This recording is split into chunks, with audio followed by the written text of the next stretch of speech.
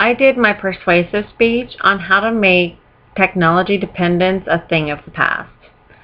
Think about the age you were when you didn't have a cell phone, a computer, or even a video game console. How free did you feel? How much time did you have to do what you wanted?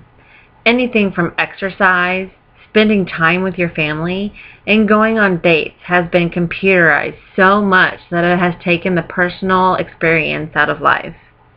Technology dependence has become an epidemic of epic proportions, causing anything from contributing to an increase in obesity, depression, stress, panic, and frustration.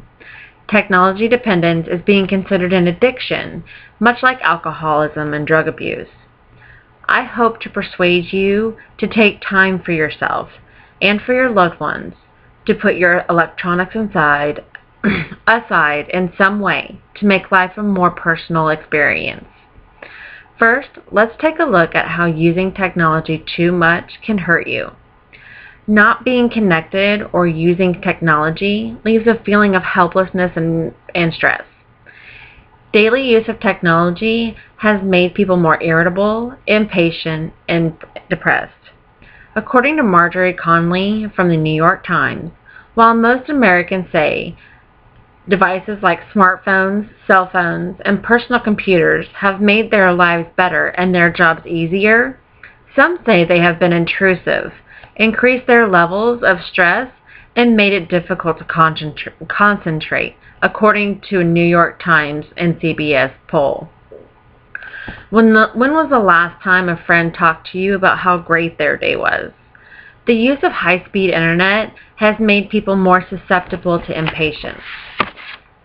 I know that if I went back to using dial-up, I would get very angry with my computer and definitely would not take online classes due to the lack of patience because of how long it takes for things to download.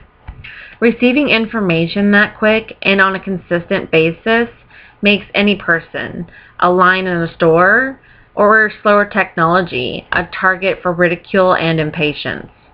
According to Tara Parker Pope from the New York Times, some experts believe excessive use of the internet, cell phones, and other technologies can cause us to become more impatient, impulsive, forgetful, and even more narcissistic.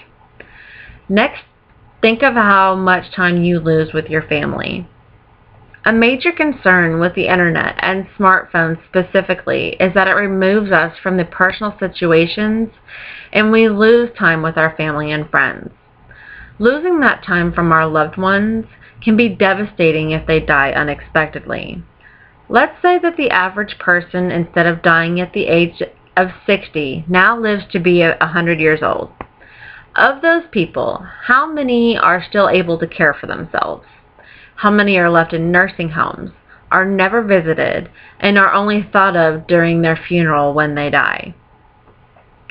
Think of what too much technology does to your health.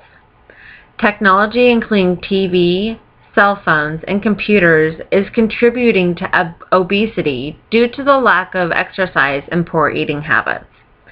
It is not only contributing to laziness, it aids in changing eating habits, especially for those who watch a significant amount of TV. Showing a loved one that they are becoming obese and unhealthy may not be enough, though. There are other conditions that are related to obesity, such as heart disease, stroke, type 2 diabetes, and some types of cancer. According to Maggie Fox of NBC News, for every 10% rise in what a country spends on information and communications technology, there is a 1% increase in obesity rates. How many times on a daily basis do you look at yourself in a mirror and think to yourself, I need to lose weight, or how did I get so fat? Finally, think about the children. Children typically take after what they learn from their parents in their formative years. If a child learns that playing on a computer is better than playing outside, those same children will develop that habit and become obese. Parents need to get involved in their children's lives. It can also cause a feelings of despair and being unwanted in our children, because many people often tell their children to be quiet and leave them alone while they watch television or while they play on their phone. According to doctoral student Sarah Tomei, those constantly accessible via cell phones were the most likely to report mental health issues. I'm not saying let's kill everyone off at the age of 60 or to stop technology from making medical advances to help improve life in general and give people a chance to live. Technology needs to be used on a more cautious basis. The bad is just as important as the good, because it could bring more life, but could also bring more death. Taking breaks from a TV or a computer screen, or even limiting the time spent on them, can help improve sleeping habits, depressive symptoms, and can amazingly introduce someone to their loved ones and personal relationships. Albert Einstein once said, "It has become appallingly obvious that our technology has exceeded our humanity." Einstein died in 1955, well before the boom of technology in the 1990s.